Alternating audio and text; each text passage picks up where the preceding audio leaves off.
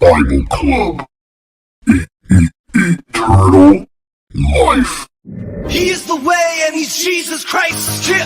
Nobody comes to the Father except through me. He is the way and he's Jesus Christ. Yeah. Nobody comes to the Father except through me. He is the way and he's Jesus Christ. Yeah.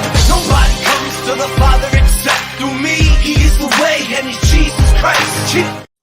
Good evening, everybody. This is your host, Hughes Pop, for the Hughes Pop Wrestling Podcast. Tonight, we have a man from he hails from Winnipeg, Manitoba, Canada. He currently lives in St. Louis. He's a part of the SICW promotion.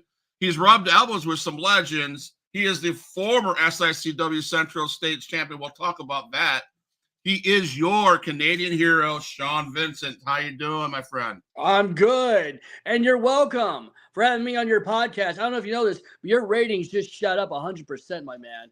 Everybody's talking about this night, the night that the Canadian hero, the SICW, one of a kind, Sean Vincent, entered the Huge Pop Podcast. Again, you're welcome. That's Hughes Pop Wrestling Podcast. Sue me. I'll write the papers up. Man, it's a blessing to have you on. I love SICW. Man, I first met Herb Simmons, and that man is amazing. Got a bunch of great people that you guys have that you probably wrestled a lot of them. Big, I think it's the Big Texan, right? What about the Big Texan? What? He's part of that promotion. Who cares about Big Texan? Well, we'll get to him. Big Texan. Herb Simmons does. He's a heavyweight champion. Whoop-de-doo. I mean, he's never crossed paths. Okay, he has crossed paths with me. But he's never – okay, he has beat me. But that's not the point. He beat you pretty handily. I'm just going to say that. Move on. Okay, let's move back to when you were a child and you didn't have to worry about competing. So tell us about you and where you grew up in Canada, wrestling. What was the wrestling like up there watching as a kid? Well, I didn't get into professional wrestling until I was about 16 years old. Well, I became a fan of professional wrestling when I was about 10. But my family moved to this godforsaken country, the cesspool, when I was 1 year old back in 1983. My father, he actually met my mother while she was on vacation, college vacation, up in Winnipeg, Manitoba. Love happened. They made me the amazing child that I was. And unfortunately, the factories that my father worked for up in Canada shut down back in 1982. So hard times. My father had moved in with my mother's family in St. Louis and pretty much never left. Yeah, we've been stuck here. Well, I see we got jobs here, right? We got jobs here, Canada. And, well, we found out your dad lost his job, so we got jobs here. What a smart move. Yeah. What a smart move. Yeah. We got good hockey. Here. We got good hockey teams here. You guys got what? The Toronto Maple Leafs, the Montreal Canadiens. We also have Celine Dion. Thank you very much. Oh, cry me a river, Yes. Celine. Thank you. A little bit. I like Celine Dion. Celine Dion was pretty. Justin Timberlake. Okay, he can go back to Canada because we don't need him Yeah. here. So you're asking about my wrestling. Yes. So when I was 10 years old, I started watching wrestling at the Chase with my grandpa. I was on his lap. We watched it. It was fantastic. Ric Flair, I was a huge fan of his. His style of wrestling. The Von Erichs and all of them. Talk about legends. Von there Erichs, it is. They're there. Von Erichs, man. Yep. They had belts like this one back here. Yep. And one year I was 16 years old, and I remember I was leaving my first job. I was working at Hardee's in the back as a burger flipper, and going home, I passed by a gas station that had a poster hanging on the window for a company called Midwest Renegade Wrestling. And at the bottom of that poster, it said in bold letters, "Want to be a pro wrestler?" And then the information for the school right beneath that. I called the number on the flyer, and before I knew it, I was training every Tuesday and Thursday night. The 16-year-old, scrawny, 80-pound Sean Vincent. I was there every night, Tuesday and Thursday, and for 2 years I trained hard until I had my very first match in 2000. That was 1998. Year 2000, my first match in DeSoto, Missouri against Nicky Strychnine, the Toxic Prince. I don't know if you've heard of this guy, but he's one that destroyed the Midwest wrestling scene. You want to talk about the most evil, the most vile, the most hated and also loved wrestler Nikki Strychnine. Have you never seen him wrestle? No. Go on YouTube. Okay. Look it up. Nikki Strychnine. Very entertaining, man. That guy helped train me along with other names such as Pete Madden, the Human Wrecking Ball, Mike Sharona, Sadie Blaze, the list goes on and on. Keith Smith, Chaz Weston. These are independent wrestlers that could have gone far, could have got booked, but as we know in this business, it's very hard to get signed. Out of 1,000 wrestlers, maybe one will get signed. Doesn't mean they weren't great. I mean, hell, they helped create me. Well, where were they last week or the week before when you lost your cage match? Where was that knowledge? Where was all that? You lost. I'm sorry, you're not doing so great on your investigation. That was more than a week ago, my friend. That was months ago. I had a cage match with Bobby D. That's right, little cheater. He ran my skull into the steel cage, split me wide open to the point that's where why I was you don't bleeding gallons. Yeah. Bleeding gallons. And he took advantage of that and pinned an unconscious Sean Vincent. If I didn't have that laceration on my head, there's no way in hell he'd be the Central States champion today. That's fact. We'll get to there later, okay? I want to learn more about the Canadian hero, Mr. Sean Vincent. No, I would like to know what where my wrestling career went after that. Where'd you train? What school did you go to? What was it like? You're from Canada. Was it hard for you to adapt to how Americans work? How was that? No, it wasn't hard to adapt at all. You're forgetting I was raised in St. Louis since the age of 1. That's why I get a lot of you smart aleck fans going, "We don't sound Canadian." Well, you don't sound like a colonial. Where's your British accent? Yeah. Oh, stereotypes hurt, don't they? No. I've been training in professional wrestling here in America ever since I was 16 years old. And I named my trainers. It was a company, Midwest Renegade Wrestling, that eventually became Gateway Championship Wrestling, which was ran by a man named Ben Oliver, a good close personal friend of mine that I trained with for the better half of 2 years before I started wrestling full-time as me, Sean Vincent. I had many, many names.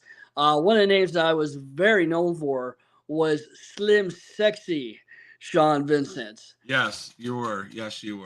That's right. The do-rag wearing, chains bling sporting, FUBU rocking rock star. That was Slim Sexy.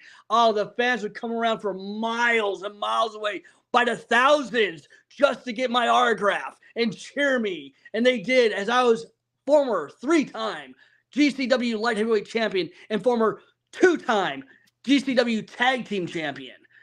That's right, this young stud. I wish I thought I had the picture. I wish I would have uploaded it of your imitation of Eminem, one of the most American rappers in the world. The best. I'm sorry. You even stole that song. You use that song. So wait. Imitate who? I'm sorry. I believe I wore the do-rag before Eminem. Okay. I believe I made FUBU cool before him. Yeah, it's okay. I did come out to the real Slim Shady. Okay, it was a catchy tune, but it also said Slim in it. And then, hey, baby, I was Slim Sexy Sean Vincent. So it fit. It was fantastic. It got over, baby. I was over. I think the whole 80s wore FUBU, so I don't know what makes you special about because you wore it to the ring. I mean, FUBU's FUBU. Yeah, you said the 80s. This was late 90s. I was bringing it back. Now I got to bring it back. People were asking where they could get my FUBU. And I'm like, one of a kind, baby. Tailor made by FUBU for Slim Sexy. I still got it in my closet. It is a fond memory. And then go on. Gateway Championship Wrestling unfortunately closes its doors in 2007. That's a long time running. They tore up the indie scene. It had the likes of Matt Sydal coming from Gateway Championship Wrestling. Delirious came from Gateway Championship Wrestling. Matter of fact, I remember when those two guys first started training at the GCW dojo. They walked in, Matt Sydal, scrawny. He ain't the jacked Matt Sydal you see on AEW today. No, scrawny. But you know what made him special? Gymnastics. He was such a high flyer right out the gate, caught on like that. Delirious, same thing. A guy that just had the it factor, and he went far. I mean, hell, Matt's at AEW, WWE. He wrestled for Lucha Underground. Delirious, ROH head trainer, ROH booker. Both of them were on TNA. That was the tree, the learning tree that I came from. All right, no one could take that from me. All right. So how close are you going to TNA AEW? Where's that at? What's that? Oh, you want to know about where I could have gone? Well, let's talk about this. See, after GCW closed, I was kind of a no man until I found a man named Henry Hubbard. Henry Hubbard was the owner of International Championship Wrestling. This man was a wrestling promoter who had a sweet deal. He had a contract with the military, the U.S. military, and his company would go all over the United States, traveling to different military bases, entertain the troops. He had his own roster, his own main roster, and I was a part of it. I was paid literally to travel. Not a lot of people could say that. Paid to travel, paid to wrestle, paid for my hotel room bookings and everything. This is a sweet contract, and he had dealings with the WWE and at the time TNA. So he was bringing in talent from both of those, where I met Teddy Long. Me and Teddy Long started having a working relationship together where we started talking. We had 2 business meetings that led to a dark match with SmackDown in Kansas City, Kansas. It was fantastic. I remember like it was yesterday. I went and picked Teddy Long up from the airport in St. Louis, drove him across Missouri to Kansas. And on the way there, we were talking about how I could have a dark match. Just got to show up to the arena, and we'll make things work out. Well, this was 2009. I get to the arena, and I'm told by Teddy in person, I'm sorry to tell you this, but Harley Race's guys are here. Because at the time, this was always about using Harley Race's guys. There's no spots for you. However, you're one of Henry Hubbard's boys, and I guarantee you, your name is in my phone, and the next time we're remotely in the Midwest, you're getting a phone call. Pretty sweet, right? Pretty sweet. Did you ever get that phone call? Well, this is where it is, I kind of screwed the pooch a little bit. I never enjoyed working for Henry Hubbard. It was sweet working for him, but the man was I'm not sure if I'll curse on your show. He was a jerk. Yeah, go ahead. He was an asshole. He was an unbelievable asshole. I don't care who friends that watch this and they hear me say it. I'm telling you right now, Henry Hubbard was a monster to work for. I had to constantly walk on eggshells. He was a dick. For 2 years, yes, it was sweet, going to different Army bases all over the United States. I wrestled in every single state, almost in every single Army base, Navy base. But I had to deal with Henry Hubbard's bipolar temper.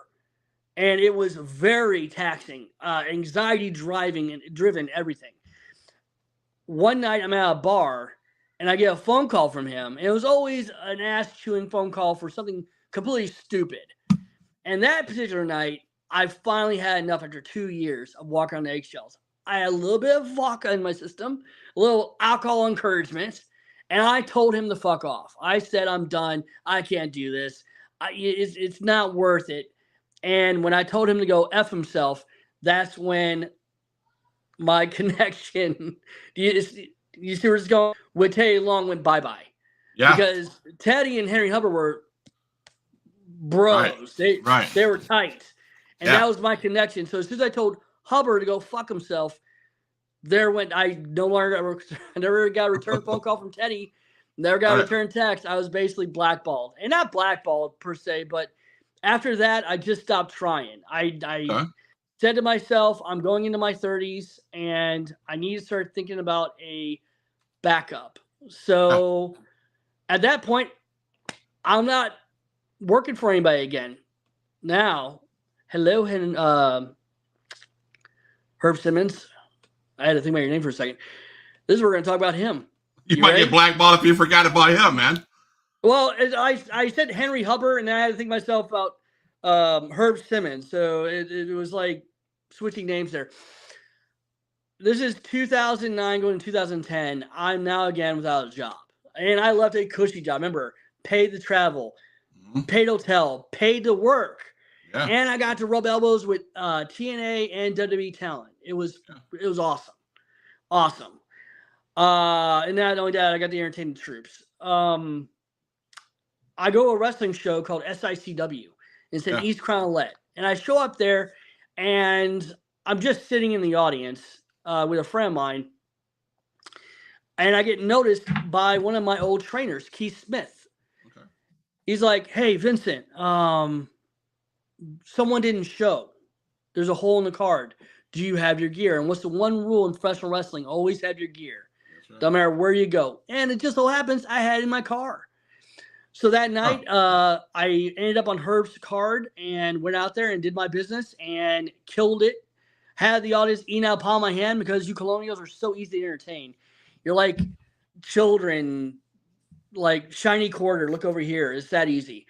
And Herb was very impressed and immediately offered me a job there forward. So I've been with SICW since 2010. That's and awesome. It's been a fantastic ride. And like you said, rubbing elbows with legends left and right, because Herb Simmons, at the time, I didn't know it, but now I know, obviously. A man of 50 plus years in this business. A man who's done business with Sam Munchnick. Mm-hmm. Friends with Larry Matisick, the voice of Wrestling at the Chase. Yeah. You know, friends with Bruiser Brody. Right. You know, this guy has a freaking, again, this business, it's not about what you do, it's who you know. Right. And what a better person to work for. And I hope Herb's not listening because he shouldn't hear any of this.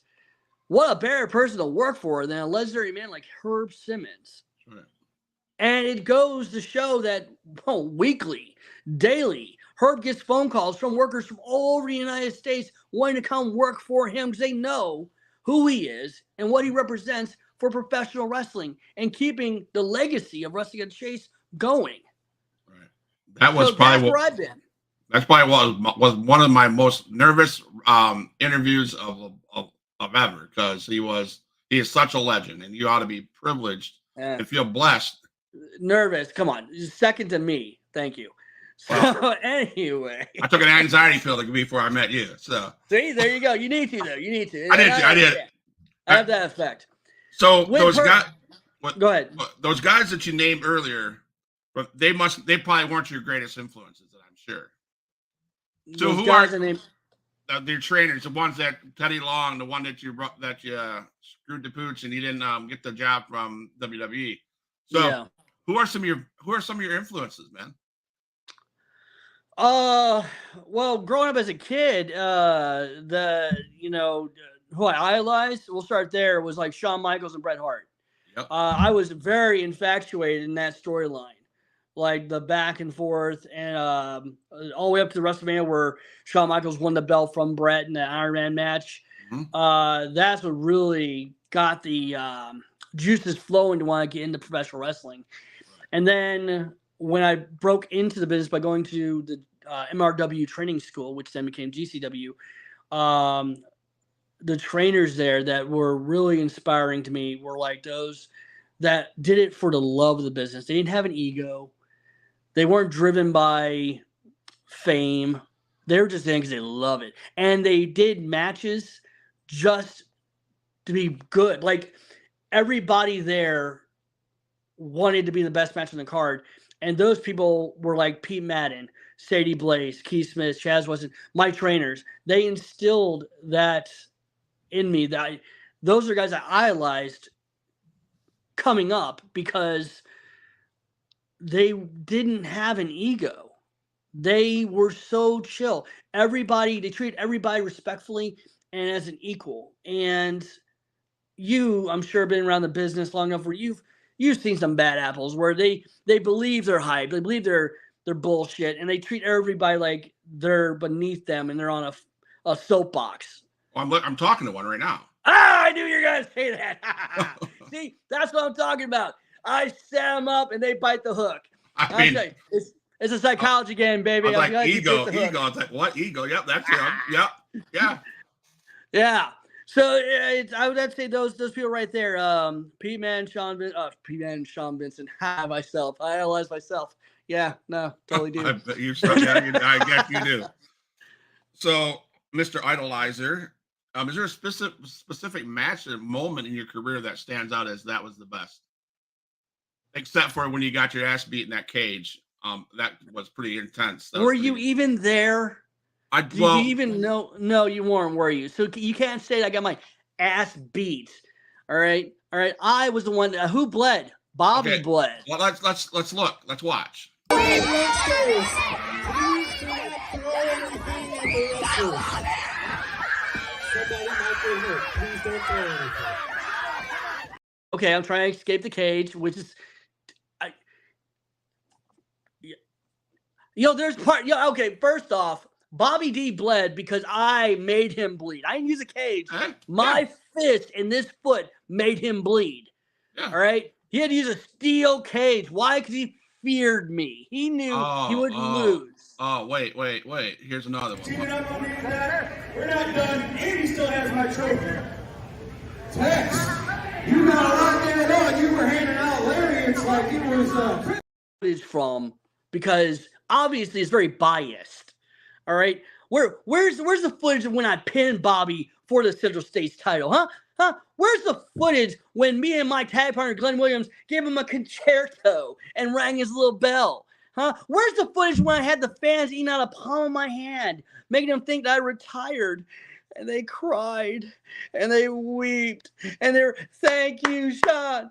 Thank you, Sean. And then I came out there later on that night and I hugged and embraced their favorite town hero, Bobby D, and wham! Took the rug out from underneath them, huh? Where's that footage? Not up on the Huge Pop Wrestling Podcast. Oh, definition of biasism again? A little biased, are we? No, not at all. I'm just shooting straight facts. Okay. Fact is, he's the Central States champion. Yay. Fact is, he stole the Bruiser Brody Cup from me. Yeah, my Bruiser Brody Cup. The 2023 Bruiser Brody Battle Royal, that I won. I threw Bobby over top. You want to talk about that? Go ahead. Let's talk about that. Let's talk about the Aviator. Let's talk about the Aviator Hotel. Fan Fest 1, 2023. May 12th, I was there. I was in the Bruiser Brody Battle Royal, and I threw Bobby over the top rope. It was me and him. We were the final two Christmas. I threw him over. I'm cheering. And that lying, cheating Bobby D came from behind the referee's backs, slid back in the ring, and threw me over the top rope, proclaiming that he was the 2023 Bruiser Brody Cup winner. Nay. No. The footage shows that I threw him over first. I am the winner. And then I took that cup back. I took what's rightfully mine. And Herb Simmons made a cup versus Central States title match where I had to defend my I had to defend my Bruiser Brody Cup versus his Central States title. And again, he cheated. But he held the ropes. He held my tights for the pin. But you ended up with the L. What is the point of rules if Bobby D breaks them? What is the point of having a referee? So maybe you ought to have advice for up and coming people that they need to learn how to cheat to win. First off, rules are guidelines. Yes, I preach this, but they're guidelines that I follow. And Bobby D is a man who dances to his own beat of his own drum, stealing trophies from rightful owners, using steel cages to gain a leverage to pin me after I've lost 2 pints of blood. Do you see the scar on my head? Do you see it? Do you see the divot in my head? Bobby, I'm scarred for life because of you. Well, it's as easy as this, man. All you got to do is ask Herb Simmons on my podcast to set up a rematch against Bobby D. That's all it is. Yeah. I am the pot stirrer. I make things happen. I mean, this is all it is. And I've got Pete Rose. Yeah. Hey, Herb, if you're watching this, I'll send this to you.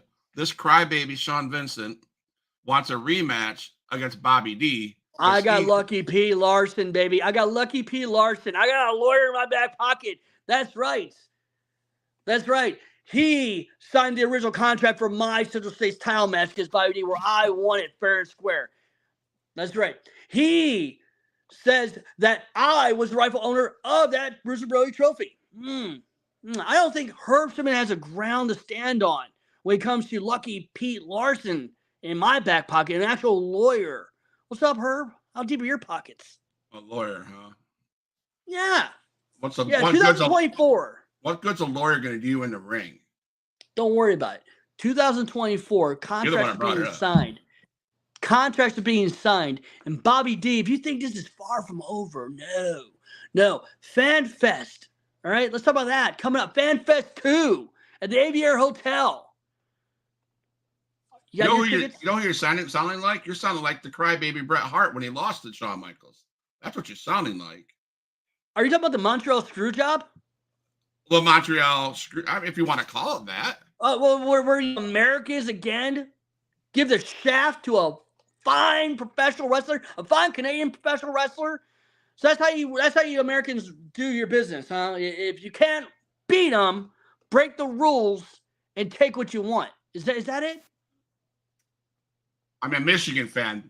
People are saying that we broke the rules to win games. So I guess if I'm a Michigan fan, I guess I'm American again. Yeah, if you want to say that, but you sounded like the crybaby when Bret Hart lost the belt.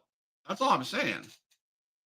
All I'm saying is, if Bobby D just followed the rules, he wouldn't be the Central States champion.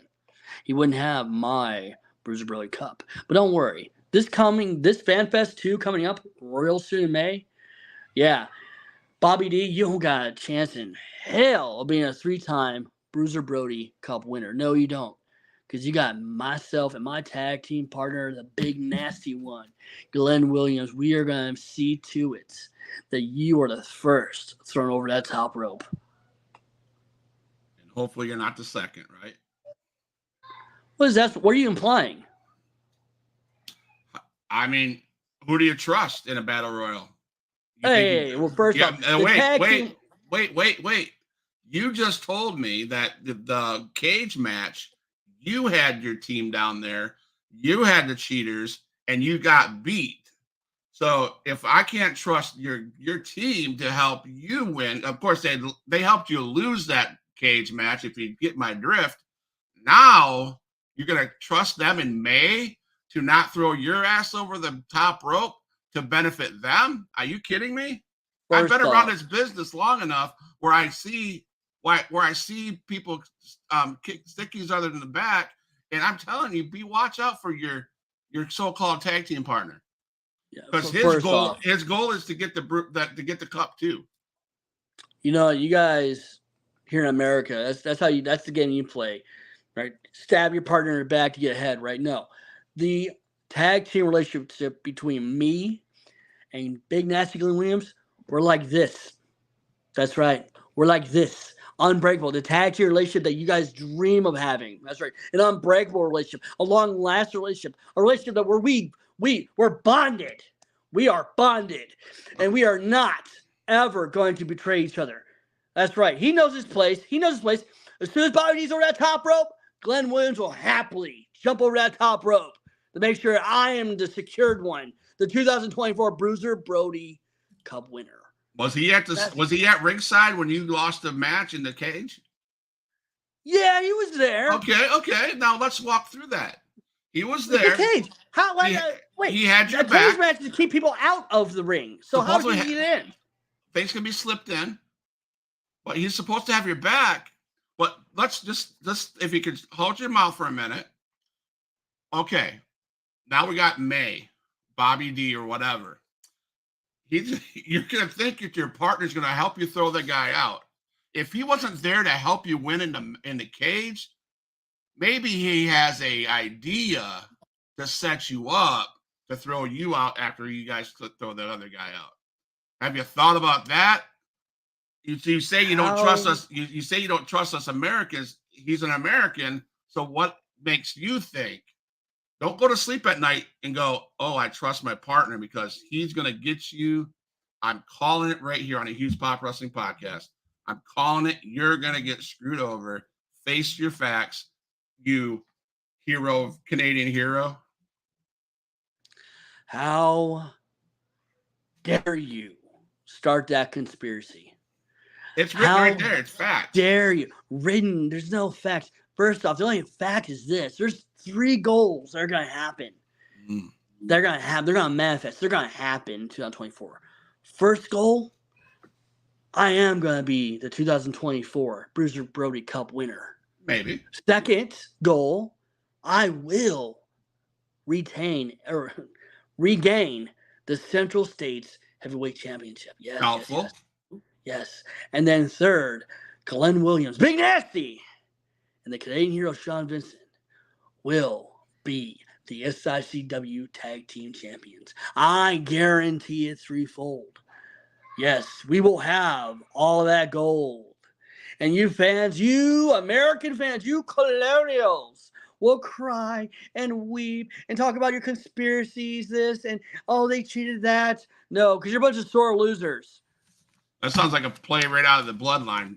Roman Reigns and his goons. I don't follow that. You don't acknowledge the tribal chief? I don't follow that. You don't acknowledge I don't follow that. Yeah, okay. No. Okay. Yeah. No. Okay. Maybe you should. So, are there any guys? Obviously, you must have a bunch of guys that you face that you don't care to face again because you lose. So, what are some list of guys that you don't want to face? A list of guys that I don't want to face or have beef with? Yeah. A list of guys I don't. I'm a person that will take on all oncomers. I don't really care who it is. What about Big Texan? No. Here's the thing. You step in the ring with me, you know exactly what you're gonna get. You know exactly what you're gonna get up to a point, and then you realize that you didn't know anything at all. You're caught off guard. You suddenly realize that you're across the ring from a Canadian wrestler with years of experience, 2 decades of experience of kicking asses, taking names. That's right. It's not anybody I'm afraid to wrestle. What? Get out of your hot. That's ridiculous. They should be afraid to wrestle me. So you're not afraid of the Big Texan. You're just not in the same class weight as he is, right? Please, yeah, weight class.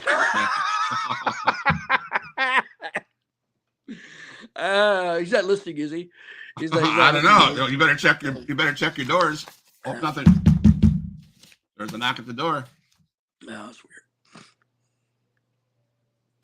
So do you have anybody that that you've been in the ring with, and you're like, no, they're not what they need to be, that you don't want to ever wrestle with them again, or have you had those experiences? No, well, I mean, you've been in this as long as I have. You're obviously going to come across a few bad eggs where you have a bad match, and it's not that I'd ever not work them again. I mean, I've never been. You'd have to be a very, very unsafe person for me to say I will never work with you again.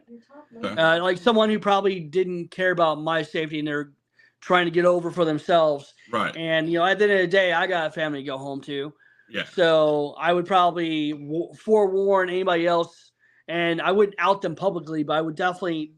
You don't have to out someone publicly to have the work get around. Professional wrestling is a very tight-knit, small inner circle that if you get the reputation for being an unsafe guy or girl, it'll get around very quick, and nobody's going to want to work with you. Right. So I got to say, I'm very blessed. I've never been in the ring with anyone that I couldn't say I wouldn't want to work again. Okay. So, is there any specific wrestlers or announcers that you mimic their style, that you take your style from, like Shawn Michaels, Bret Hart? Yes. A lot of people, you're going to be surprised by who I say, but Super Crazy, ECW. Okay. I was a huge fan of his in the mid-'90s coming up, and a lot of my earlier wrestling style was a lot of like flips, a lot of aerials, and it was a mixture of Super Crazy, Shawn Michaels, and I think Chris Candido. Okay. Awesome. Do you ever watch any WCW? Oh, I have the network. Yeah. Right now, see, when you said the Bloodline earlier, I wasn't being cocky by saying that I don't know anything, because I truly don't. One, I live out in the country, rural area, where I have to pay for TV, and F that. But I do have the network, so I watch as much as I can of the past, like 90s on up. I'm a guy wwho loves to relive the past, nostalgic, if you would. So right now I'm like 1998 WCW, Monday Night Raw, The Wars. I'm reliving that right now. Yeah. So you know this question then: who is the greatest WCW heavyweight champion ever? Oh man. Shucks. Don't think too hard on this one. I don't want to say Bill Goldberg. David Arquette. I'll get that. That's when I really started hating professional wrestling. Not hating, but like that's when I gave up on watching WCW and almost gave up on it all altogether. Because when that booking decision came down the pipe, that was so stupid. And did you see the hardcore match David Arquette had? Yeah. I mean, I agree with it. I agree with it. That question was on TikTok. I was a TikTok creator at one time. I backed away from that because it's just too toxic. And that was one of the questions that was going around the Wrestle Talk was, who's the WCW greatest heavyweight champion? And the joke was David Arquette. Exactly. David Arquette. Oh, it's a joke. It's just a joke, right? He is a joke as a wrestler. What are some of the lessons you've learned during a wrestling career? Some good lessons. Yeah, actually, I just posted this on my Facebook social media page the other day. Which, if you haven't followed me yet, follow me on Facebook. You can follow me on Instagram. You can also follow me on Twitter or X. I guess it's now just X, right? So, yeah, you can follow me on all three of those platforms. The advice I give young, aspiring professional wrestlers, or anybody, a manager, referee, whatever you want to do, if you want to be successful, there are two things you have got to do. One is have a backup career. You have 1,000 people, I said this before, that are hopefuls to make it in professional wrestling. And when I say make it, mean you can have a livable wage. You know, you're signed to a contract where you're paying your bills, you're paying your mortgage, and you have money you can put away in the bank. That is a career. Out of 1,000 hopefuls, one will get a contract. So it is damn hard to make it in this business. So have a backup career. Second advice, stay single. Do not get into a relationship. Have your girlfriends, date if you want to, but don't commit to a relationship. Don't get married, because the second you do that, guess what? Now you have a second commitment next to professional wrestling. And some people could argue and say, oh, well, what if you meet that one woman who will understand professional wrestling? No. Women want to be loved. Women want to be the only person that they're focused on, that they're committed to, and they'll understand that you're missing birthdays and anniversaries and leaving them alone the weekends all the time to go on the road. They'll understand, but eventually that relationship will become toxic. It will affect your career. It will affect your decision-making. And that one time that you had that one person in the audience that could have been a deal sell, sign that contract, and you weren't there because your girlfriend talked you out of it or your wife talked you out of it. And then you add in kids on top of that. It just lessens. You just taken your 1 in 1,000, and then you just change it to like a 1 in 100,000. Have a kid, and that's a 1 in 1,000,000. It really is, and it's a hard, cold fact. And take it from a man who's been married to the same woman for over 20 years. I met my wife, her name's Erin, when I was 18. I had just completed wrestling training for 2 years, and I was just starting in it. And my trainers even told me, hey, man, you got to choose wrestling or you got to choose a relationship. You can't have both. You can, but it's very fucking rare that someone's going to ever get signed and commit to one or the other. And they were right. There was times where the professional wrestling put a big strain on my marriage, put a big strain on my relationship before it was a marriage. And yeah, I know that was a very long-winded answer, but get an education, which I did. I went back to school, became a registered nurse. I make a damn good living as a registered nurse. And stay single, which I didn't do. And your chances of making this business goes up. Awesome, man. So how did you choose your entrance music when you come through the ring? Oh man, come on. Mine was easy peasy lemon squeezy. Where's the flag at? There it is, right there. When you're from Winnipeg, Manitoba, Canada, well, hail from there. Coming out to the ring, what Bears song? Yeah, I don't want to call American wrestling fans bad names, but you guys are very hateful to immigrants that come to this country. Build a wall, get them out of here. I mean, every time I came to the ring, even if I'm like trying to kiss babies and shake hands, I'm getting booed. Go back to Canada. So what better song to play than my Canadian national anthem just to piss you off a little more? You know, that's how I chose to come out to that. Why not? You already hate the fact I'm an immigrant. So let's just play my national anthem. And now, second, when I get in the ring, that music stops. I'll serenade you to the Canadian national anthem. Yes, double whammy. Thank you.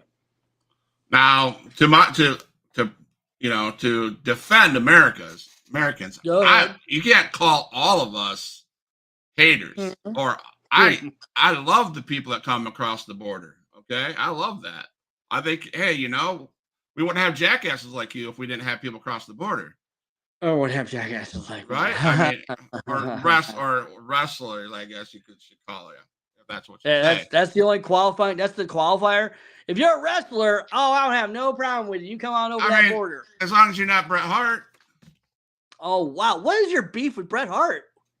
I have no beef with Bret Hart. That man took a kick to the dome by Goldberg and boom, career over with.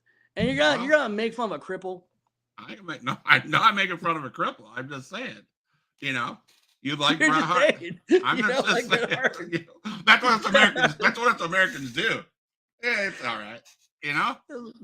You took a kick to the dome. Your career ended, but yeah, it's all right. So talk to us about your cheap white rapper gimmick, Mr. The Slim Sexy gimmick. Mr. Slim Sexy, Mr. Oh man, I wish I had the picture. I love the blue outfit with the little black wraps around the hands and the do-rag. Do-rag, yeah. It was over. The fans loved it too. I guess. But with time, you slip onto different gimmicks. You gotta stay fresh. That's a lesson the Earth Shaker gave to young guys in an interview I saw, and it was very that makes sense. So you have to keep reinventing yourself over time so you don't become stale. Slim Sexy gimmick was a brainchild of me and a friend of mine named Jason Breed. He went by a different name back then, named Demon G. Back in Gateway Championship Wrestling around early 2000, 2001. He was the best way to describe him, he was like a watered down New Jack, without me being much of an insult to him. And I really wanted to be his tag partner, but I had to fit in. I'm like, man, how can I fit in? How can I fit in? And it wasn't until I saw the movie Malibu's Most Wanted. And if you know, you know. It is Jamie Kennedy, I believe is the actor's name. Yes. And he portrayed a very rich white kid, and he wanted very hard to be a thug, a rapper, and failed in all. He was a poser. And I said to myself, man, that would really piss off a lot of fans. So I went out, I got me a FUBU shirt, got me some bling from the local Chinese jewelry store, and do-rag. And during an interview in the ring with Demon G, the ring announcer said, and your new tag partner, he is known as Slim Sexy Sean Vincent. I came out to the ring with camouflage pants on, camouflage jacket, FUBU shirt underneath, do-rag on, and I just strayed to the ring to the theme song of The Real Slim Shady. And you talk about the wrestling term of corpsing.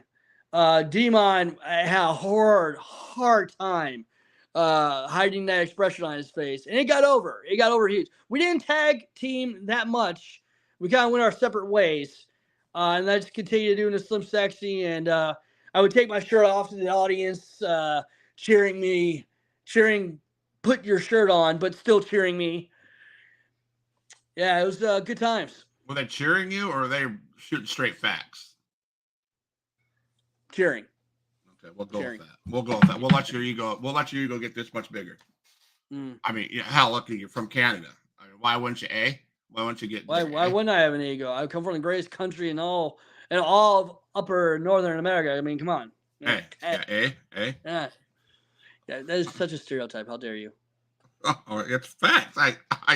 I lived close. I lived in Michigan, close to Sault Ste. Marie, Ontario. So so I know. Yeah.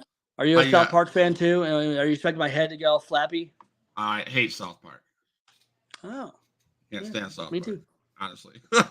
So can you share with us a particular memorable or funny backstage story of your wrestling career? Boom, boom, boom, boom, boom. You talking like a rib? Yeah, why not? Oh, okay. Yeah, this didn't happen to me, but I thought it was pretty damn funny.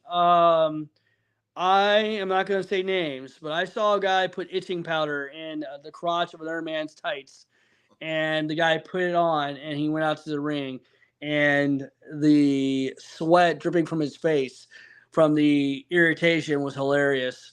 That's probably one of the best ones. Some of the pranks I do, which I guess this is just telling people watch your crap, is I will, like, say you wear a mask, right? And I know when your match is on the card, I will grab your mask out of your bag and put it somewhere and watch you sweat as your match is getting closer and you can't find your mask. Okay. And then I'll cue someone in and say, hey, tell them it's over there. Okay. All right, that's pretty funny. Yeah.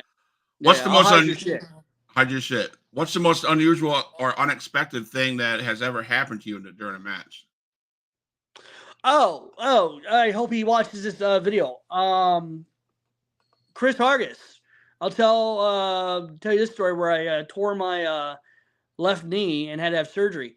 So this wrestler, he's retired now, a man named Chris Hargis, and I were having a match together. We're both green. This is like 2002. Big Bad Ben Oliver comes up to me and says, hey, this new guy named Chris Hargis, he's coming in. I want you to wrestle him, but make him look good. Make him look, strong. And I said to myself, no problem. And being green, I'm thinking to myself, what's the most dangerous thing I can do to make him look big and get him over? Well, okay, I'm going to have him gorilla press me and throw me from the corner into the middle of the ring. Just lawn dart me, and I'll take the bump. Well, come go time, I call the spot, and he gorilla presses me, but instead of being in the corner, he's in the middle of the damn ring. Oh, shit. And I'm like squeezing his shoulder, like, don't do it. And it's too late. He's throwing me towards the corner. Oh, shoot. And my left foot hits the middle turnbuckle before my body hits the mat and just snaps. Dang. And that's not even the finish of the damn match. The finish of the match, he gives me a German suplex from the top rope. So my knee is swollen. I go have an MRI. My left ACL's torn in half, and my meniscus torn also. So, what fun. And I'm only 22 years old. Wow. Yeah. Wow. Yeah. Unusual. So, any funny road trip? Unusual. Yes. Me and Demon G road tripping to Chicago, Illinois, to wrestle up there. This was about 3-4 years ago now, but nothing's more fun than getting in the car with your best friend and just going up to a different state to do your thing. And the shenanigans, we even Facebook Lived a couple of things. If you ever wrestled in Chicago, the crowds there are always lively, and they're always into it, no matter what kind of match it is. Wow. And we drove up there, wrestled. I mean, I guess you're looking for a funny story. I really don't have one. Other than, oh, yes. Okay, wait. We were at a toll booth, and I was Facebook Living this. Of course I did. And I put on a very feminine voice when I got to the toll booth. I was like, yes, me and my lover here on our way on our honeymoon up to Chicago. And Jason's just turning on. He's as black can be, but he's turning red just from the embarrassment. And I'm just loving it. And I'm like, yeah, baby, let's go. I side by side and we drive on. So nice. just silly ass shit like that. Nice. Yeah, can't think of anything else. Yeah. So can you talk to us about the importance of brotherhood in the business and paying your dues and paying back to the business? So everybody has their own definition about paying your dues. You never stop paying your dues. That's not just for a greenhorn. When you're new to the business, paying your dues is showing up to the shows, helping set up, helping tear down, be a part of the show, being the ring guy, the ring gear guy, runs back and forth in the ring, doing ring announcing, being a referee. These are all ways you pay your dues. But if you think about it, you never stop paying your dues, because if I'm a new employee of a wrestling company and I want to make a good impression, the one thing I'm going to do is I want to help out wherever I can. I'm going to show up my bags. I'm going to shake everybody's hands. I'm going to say, hey, guys, what can I do to I see you're setting up the guardrails. Can I give you a hand? And at least offer. Never be too big. Like, hell, there's a photo circulating around of Jimmy Hart, unloading a wrestling ring from the trailer. And hell, even at the SICW shows, Jimmy Hart would help set up those chairs for our events. So again, you never stop. Paying your dues is basically paying your respect. Right. And being humble. Okay. Do you see a lot of the younger guys not doing that? I do. And that's just poor upbringing, honestly. They don't know any better. So you can't really get mad. I'll see guys feel entitled. Like they'll finish their match. And then while everybody else is breaking down the ring, they'll grab their stuff and leave. Or they'll be sitting and watching other people tear down the ring. And it just burns me up. Because if I've been doing this as long as I have, and again, Jimmy Hart has, and if we can pick up a damn board and move it to the trailer, so can you. You're not above that. Junior, you're not signed to no major contract. I mean, hell, I keep saying Jimmy Hart. Jimmy Hart signed a legend contract with the WWE. He's still contracted under WWE. And here he is helping break down and set up wrestling shows. So who are you to sit down? That's the problem with this newer generation coming up. They feel very entitled. Like they don't have to do these things. Yes, you do. Yes, I don't care if you ever get signed. Even after you're signed, be humble and help out. Now, does Herb Simmons notice these guys? Notice guys you don't pull their weight? Work. Yeah, don't pull their weight. They probably don't last long. They probably don't last long. No, not at all. Not at all. And Herb is one of the top tier businessmen you will ever meet. He won't just give you the axe. He'll call you and he'll talk to you, and there'll be warning signs. There'll be advice given, and then after that, it's adios amigo. Like, there's too many people wanting to work for Herb to have lingering mold or cancer in the locker room. Right. So what about fan interactions? How important are fans to you? And interactions during a match, after the match, even around the merch booth? Without them, we don't have a show. Okay. The fans are everything. For anybody who, even in my position with my personality, I still acknowledge the fans because they're everything. Right. And you should never find yourself in a position where you believe your own hype so much that you're not willing to sign an autograph. You're not willing to shake a hand. I may be a little gruff and a little aggressive with my personality, but at the end of the day, I know what matters most to SICW, hence the product placement. Where we're at here, your camera's backwards. Boom, there you go. And that's the fans. So their interaction, well, that's on us, ain't it? That's on us in the ring. I mean, if you're out there and you're not doing your job right, you're not going to get a reaction. You're going to get crickets, So, yeah. To you fans, I salute you. Thank you. So, of course, I told you. The fans, not you. Well, it's okay. Well, you know what? I don't have to salute you either, man. I think if you're a product of Canada, and that what reminds me of Canada is losers. Jealousy. And I might be, but Oh, you admit. You just admitted. You said, "Oh, it might be." Oh, it's okay, buddy. Well, because I'm honest. Anytime you want to defect from America and come up to Canada, I will welcome you with open fists, arms, open arms. No chance. So, as I told you earlier, I work with kids. That's my real job, and my kids know that I have a podcast. They're pretty excited about the podcast, and they ask questions at the dinner table. They say, "Hey, can you ask these guys these questions?" And I'm like, "Okay, whatever." So I call them my kids' questions. Okay. It'll be a shoot. It'll be quick shoot questions. Favorite food? Steak. You like pizza? I mean, yeah, but man, I'll never turn down ribeye. Does pineapple belong on your pizza? Absolutely. Favorite book? Oh God, Twilight. Favorite TV show? Bar Rescue. Bar Rescue. That's a good show. Favorite movie? Oh, Sherlock Holmes. Okay. Do you have any hobbies? Yes, I train horses, and Okay. let's see here. Outside of that, really not that much else. Okay. Favorite sports team? Ugh. No, I don't really watch. Outside Okay. of professional wrestling, I really don't watch sports.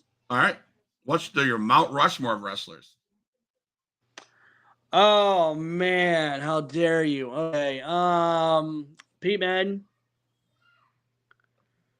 Gary Jackson, Ron Powers. Oh shoot. Sam Munchnick, without doubt. And Larry Mastick. Awesome, man. Who's the coolest athlete or actor that you've ever met? Oh shucks. Oh God. I would have to say Hacksaw Jim Duggan. Okay. Yeah. Yeah, way down to earth, dude. Yeah. Had easy conversation, and he is just the most friendliest guy you ever meet. Awesome, man. I have a vendor table at River City Wrestle Convention in St. Augustine, Florida in June. So I'm hoping I can meet some of these guys. Oh yeah. And I'm trying to.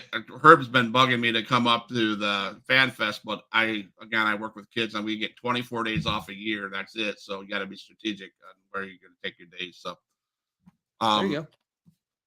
Okay, now we talk SICW. This question's because, of course, I reach out to people that I know in the SICW, and they come back with some questions. There's some ideas. So, oh God, all right, here we go. Yeah, shoot. Talk to us about how you lost the SICW ambassadorship. How'd you lose that? The word you're trying to say is ambassadorship. Yeah, how'd you lose it? How'd you lose it? Obviously, you're not it. I want you to be able to say the word ambassadorship. Ambassadorship. How'd you lose that? There we are. Good for you. That's that American education right there, baby. That's right. All right. So, how did I lose it? Yeah. Oh God. So first off, let's talk about how much of an ambassador I was for SICW before I lost it. All right. I was a guy that was out there meeting the fans, going to events such as the Shriners Gathering for the kids. That's right, shaking hands with the kids. I actually had, I think it was Wrestling Heroes was a company that I started where I went out to hospitals and I entertained sick children underneath the SICW banner. That was me as the ambassador of SICW. I was out there bringing fans to the show. I was out there shaking hands with fans, greeting them before and after the show. I was the ambassador. That's the ambassador of SICW. The guy who constantly went on Facebook Live and talked about SICW, greeted the fans online, had an open relationship with the fans, the paying customer, promoted SICW. That was the ambassador I was. And what did I get for it? All that hard work, decades of hard work, nothing. Not a title match. No. How'd you lose it? A brand new up-and-coming superstar, a graduate of my school, the Ace Academy, Brandon Beretta. Brandon Beretta, this was a little hot shot, got a little too big for his britches, bragging about how he graduated from Bob's school, how he was Bob Orton's favorite student. Yeah, he was. Brandon Beretta is still Bob Orton's favorite student, favorite graduate. He says it all the time. Frankly, I change the subject every time he talks about it. You must hear that I had to knock him down a peg. All right? So much that then he started challenging me, telling me, you're not the ambassador of SICW. You've changed. Vincent, you've changed. Or excuse me if I decide to stop playing by the rules. All right? They're more like guidelines anyway. Excuse me if I started taking what's mine. And since I wasn't the ideal ambassador in his eyes, he challenged me for my position as SICW ambassador. And you know what? Long story short, there was a match, and I almost had him pinned, and I didn't pin him, and he won. whatever, and now he's the ambassador. Brandon Beretta of the Top Guns, the tag team, the Top Guns, is the ambassador of SICW. But let me ask you this. Do you remember all the things I told you I did as the SICW ambassador? All those wonderful things for the children, for the fans, promoting the company. Correct. What has Brandon Beretta done? Oh, crickets. I heard crickets there. Nothing. Brandon Beretta is a selfish little toilet baby. All right? I see a theme here. What? You're a lot of losing for you. When it comes to the ring, you might be this guy that goes around the campus and goes around the city and promotes SICW, talks great things about SICW and love on the kids and shake their hands and da-da-da-da-da.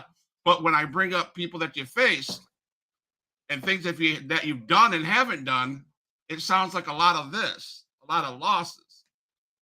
You lost the Bruiser Brody Cup. You lost the ambassadorship. You were the former, what did we say at the beginning? Because you're not now. You're the former Central States champion. Central States champion. You're not that now. Man, your track record seems like you're going a bunch of losses, and maybe that's why you're not the ambassadors, because they want winners, not losers. I'm a victim of circumstance. That's what That's right. the Wolf Grind. The Wolf. I love how you Americans always segue whenever your hero Brandon Beretta starts having a little bit of dirt slung in him. You want to segue to my losses. No, let's go back to the fact that he is the laziest SICW ambassador there ever was, which there's only ever been two. Moi being the first one. The one handpicked by Larry Matisick. That's right, Beretta. Did you have a legend like Larry Matisick, the voice of Wrestling at the Chase, pick you to be his ambassador? No, sir. You had to win the ambassadorship. I was handpicked. And then there's a difference. The winners earned it, and you from Canada think you guys can have everything handed to you on a silver platter. That's not how us Americans do it. Us Americans come into the ring, whoop your ass, and wins it and take the championship. It takes the ambassadorship. That's simple. That's what us Americans do. You guys want to come into our... You're putting me asleep. You're putting me asleep with all that patriotism. You guys want to come into our country and work in our country, and then you guys go, oh, hand it to me. And I think it was earned, not handed. I think when you Brandon earned it, he beat something. you. Well, I'm just taking your words. Hand-picked, handed to you, but you had Brandon Beretta win it, and he deserves it because he won it. Anyway, that is what it is. He still doesn't do crap as the ambassador anyway. He's still focused on being a tag team partner of the Top Guns with Joey Vanetti. Yeah, that's it. So doing things the right way, I'm wanting to hear the story behind why do you have a loaded boot? A loaded what? A loaded boot. I don't know what you're talking about. That's what they said you'd say. I don't care what they thought they said. What you tell me? What's this conspiracy about boots? I was asked by the Big Texan and Herb Simmons, and they said, ask him why does he have a loaded boot? Or how about the orthopedic boot that was given to me after I almost ended my career with a match with Billy McNeil at the Belclair Fairgrounds, where I snapped my ankle on a leapfrog. How about that? Where I had to have reconstructive surgery in my ankle, and now I have to wear a boot, a prosthetic boot. It is a medically necessary boot. Okay. That's it. Not a loaded boot, not a mystical boot, a medical boot. And that's it. Don't hold the podcaster at bay. I'm just asking questions. I'm shooting facts. Loaded boot. You're shooting blanks is what you're shooting, because that's a load of malarkey. You shot blanks when you try to wrestle these people because you come up on the losing end. So I guess we're equal, right? We're equal. Oh God. Next question. Next question. I'm sure. So I can't imagine. I see you and I hear your arrogancy. Why is SICW so important to you? Because this is the house that Sean Vincent built, baby, for the last 20 years.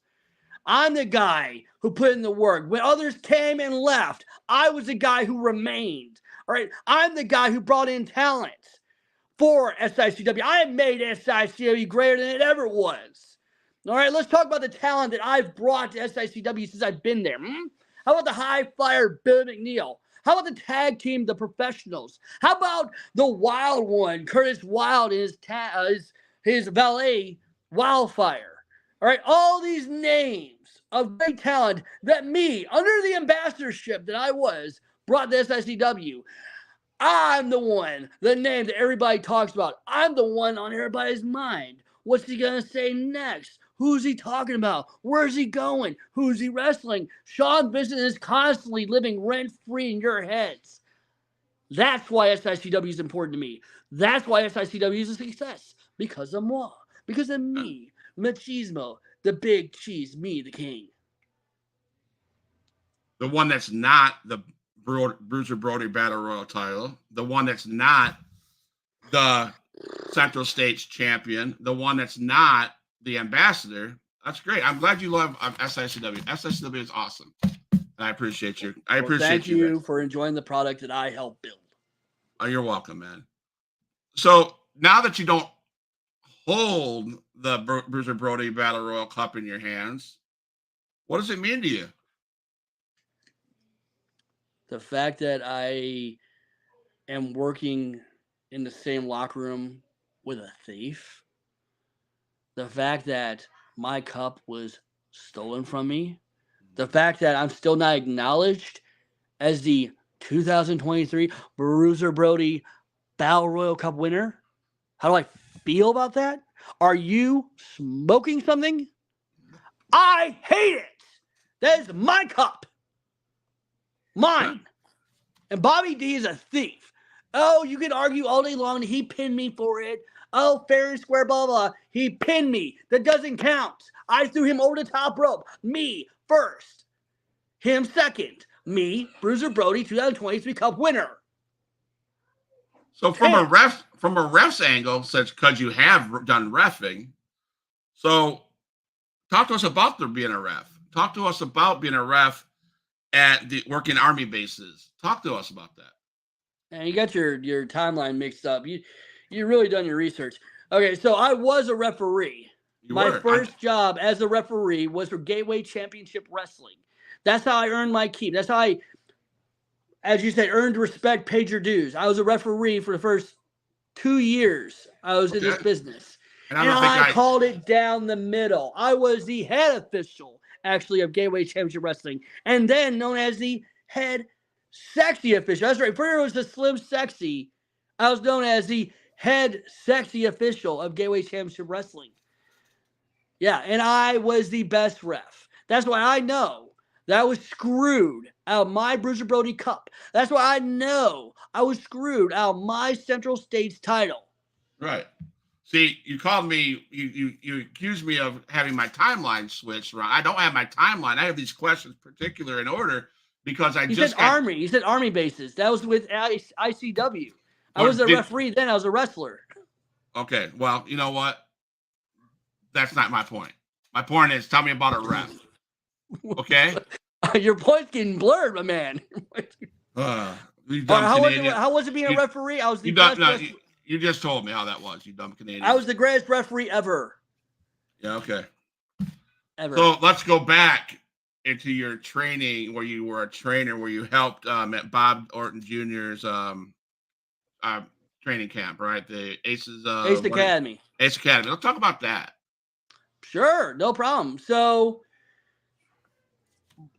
back in 2018, I had an idea. See, SICW at one time did have a wrestling school, but it really wasn't a wrestling school. It was like a wrestling gym for current talent to go and work out. And that was all fine and dandy, but I always thought that SICW could have a wrestling school where we could have the future of professional wrestling blossom from SICW. So I called up Herb Simmons and I said, listen, Herb, you got a ring and you got a building, the East Crown Lake Community Center. I got an idea. I would like to start a wrestling school. And you are friends with Cowboy Bob Orton. And Cowboy Bob Orton knows me. What do you think the odds are him wanting to start wrestling school? And Herb tells me, well, Vincent, here's his number. Give him a call and you let me know how it goes. I'm like, oh, all right. So here I am. I'm about to do a business phone call with Cowboy Bob Orton. So I call him up and, Bob, very politeful, very awesome businessman. I say to him, Bob, how do you feel about starting a professional wrestling school with me? I think it'd be great. I mean, good for you. It'll get your name out there. And I think new future potential professional wrestlers would love to learn from you. What do you think? And Bob was all in. He was very happy to do this. And we had a couple more business conversations. And before I know it, we opened up the Ace Wrestling Academy in 2018. And it's been going strong ever since. So you work at Bob Orton Jr. every day then? Every Tuesday and Thursday. That's awesome, man. That must be, that would be like a childhood dream of mine, I guess. I used to watch him in the ring, and that'd be like so cool to be having that. Bob is an amazing man. He is look where he's been, his accolades, his resume. Yeah. If you're a guy who's not only friends with him, which I am, and now I'm a business partner with him, and we run a school together where we're literally creating the future of professional wrestling. Yeah. It's humbling, but it's also very surreal. I sometimes have to sit back and remind myself, Vincent, do you understand that you own a wrestling school with a WWE Hall of Famer? And it's still going strong today. It's pretty damn cool. Not to build your ego up any more than it already is. When I get on these podcasts with guys from SICW, it's an honor to talk to you guys based on all the things and all the accomplishments that you guys have accomplished over the years, and it's pretty impressive. You guys are probably one of the most important promotions in my podcast world, so I really do appreciate that. And that's well, great. I appreciate you saying that, but you said you were going to stroke my ego, not the whole locker room. So what were you about to say? Sean Vincent, you're so awesome. Sean Vincent, even though you're not the Bruiser Brody title holder, you're not the okay. I could go on. Why you gotta say that? Because I still like you on my show. So there you go. So even though you're not the SICW Center States champion, even though you're not the Bruiser Brody Cup 2023 champion, even though you got your butt kicked by Brandon Beretta and lost your ambassadorship, you're still an okay guy. Wow, what a backhanded compliment. I didn't say that. Holy crap. I didn't say that, man. Holy crap. I feel bad for you. I will be praying for you in May when your partner backstabs you, okay? I'll be praying that you... Not gonna happen. Not gonna happen. Glenn Williams knows his place and is by my side. He is the winner, the Rookie of the Year, Big Nasty Glenn Williams, and I'm the champ. Okay. So one last thing I want to talk about, and I found this pretty cool. And this is a praise to you. So the promoter for GCW became his best friend, your best friend. Yeah. And he passed away. And so Sean and Herb put together a GCW tribute show a couple months back.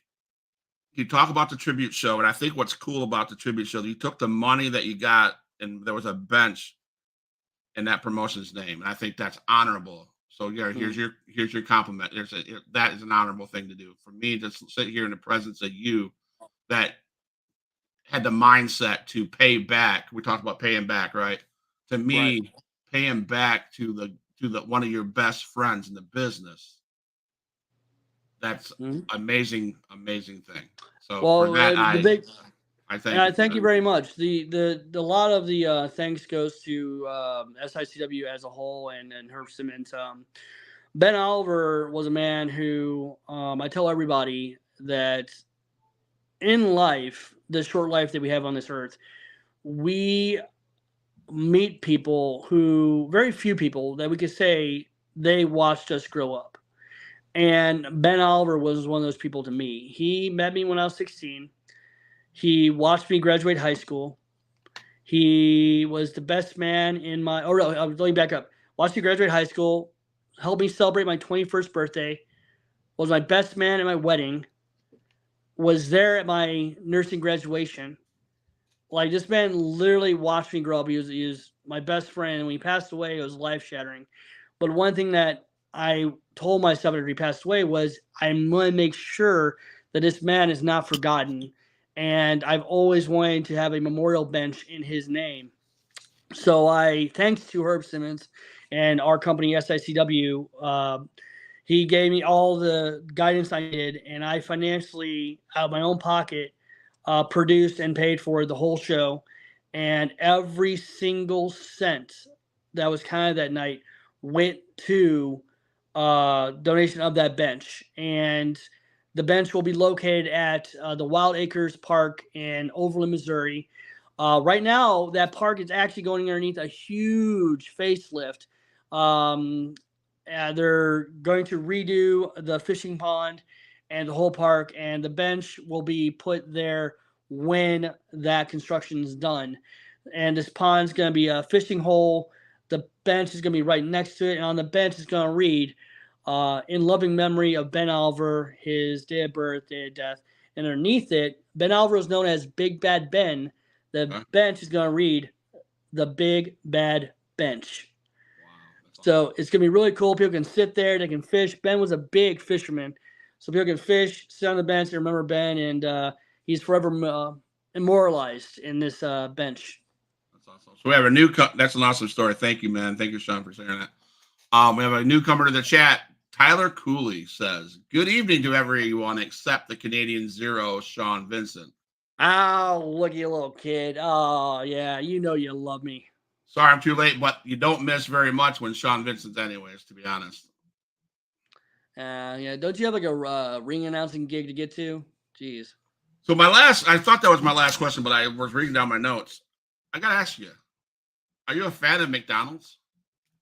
Oh, get off. Don't put up a freaking pick. You got to pick next, don't you? Is that you're going to make a grimace joke? You know, that wrestling gear that I wear to the ring, I invest in myself, unlike a lot of the wrestlers locally, okay? That outfit was over $800, okay? It was made in Canada, the finest material from Canada, and I look damn good in it. Thank you. Okay, and Grimace. You fans out there comparing me to Grimace, ha, ha, ha, ha. Okay, Grimace. Yeah, whatever. Two cool cats. I hear Grimace is from Canada, too. You said it, I didn't. I mean, I just reading my notes, man. I'm just reading my notes, and it comes across that you wore the white wrapper, then you wore a purple suit, and they called you Grimace. So I was just asking if you liked McDonald's. That's it. Do I like McDonald's? No, I do not like McDonald's. I like steak. I like lobster. I like the finer things in life, unlike you poor colonials eating your McDonald's and whatnot. That's right. What now? What, Cooley? What? Hey, man, that was a great story. I'll have you know my next re-announcing gig isn't until February 10th. Well, hopefully by then you'll find a better voice, because your voice sucks. You sound like a bunch of cats drowning in a bag after it was beaten with a stick. Shut up, Grimace. You probably got a gear from the thrift store. I'm sorry. Do you have like a block feature on here? Like, kick him out of the damn chat room later, Cooley. Last name, Cooley. This is your time to tell us all what's up next for Sean Vincent, Grimace. What's up? Well, I'll tell you what. January 13th is right around the corner. That's right. We're going to be back at the Belle Claire Fairgrounds in Belleville, Illinois.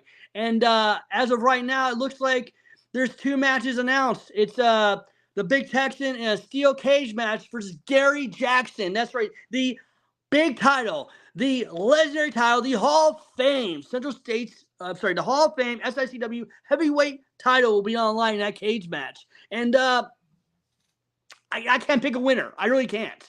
And then the Top Guns are getting a tag team championship title match against the LA Hustlers, the current tag team champions, with a special stipulation.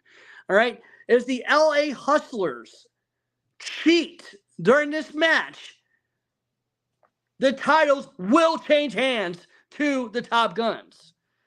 So the LA Hustlers got themselves back in the corner, but you know what? That's okay. I don't see the Pop Guns winning that night. No, even with the tag titles online with that special stipulation. That's right, two big matches planned. But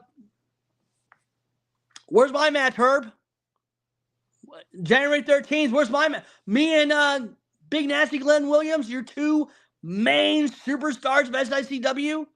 You're gonna bench us? No, you're going to have a match for us. Or I'm going to send my lawyer, Lucky P. Larson, to your doorstep. That's right. We don't care who it is. Bring it on. Hell, you got some new graduates from the Ace Wrestling Academy. Ace Wrestling Academy. You got, Bryce. You got Sean Douglas. Give us those guys. Give us the new graduates of Ace Academy. Yeah, let's do that. Sean Vincent said on bathroom duty that night. Glenn Williams is in charge of construction traffic. So these jokes are terrible. He's thinking fast.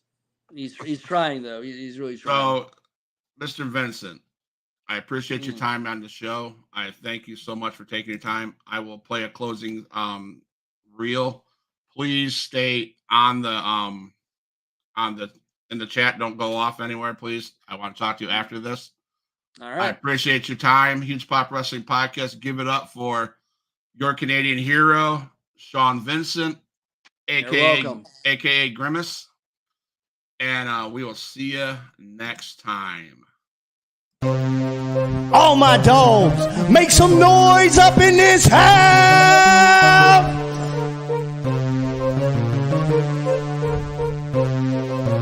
Who is in the house? Who is in the house? It's the gangster of destruction, so you know what's going down. And when the drive-by's coming, then you better hit the grind. Cause when your body hits the canvas, then your head is knocked out. Who is in the house? Who is in the house? It's the gangster of destruction, so you know what's going down. And when the drive-by's coming, then you better hit the grind. Cause when your body hits the canvas, then your head is knocked out. Fight with Adrian Whisper is like a fight with the devil, because when he's dealing with you, you cannot get on this level. Fight with Adrian Whisper is like a fight with a king. It's like a fight with an army. They got the tanks and everything. He's leaving bruises and stitches, possibly leaving you crippled. Cause when he sets up the table and sends you straight through the middle. 6 sadistic free, beat that ass with a light bulb. Leave a piece of glass embedded in the back of your skull. Who is in the house?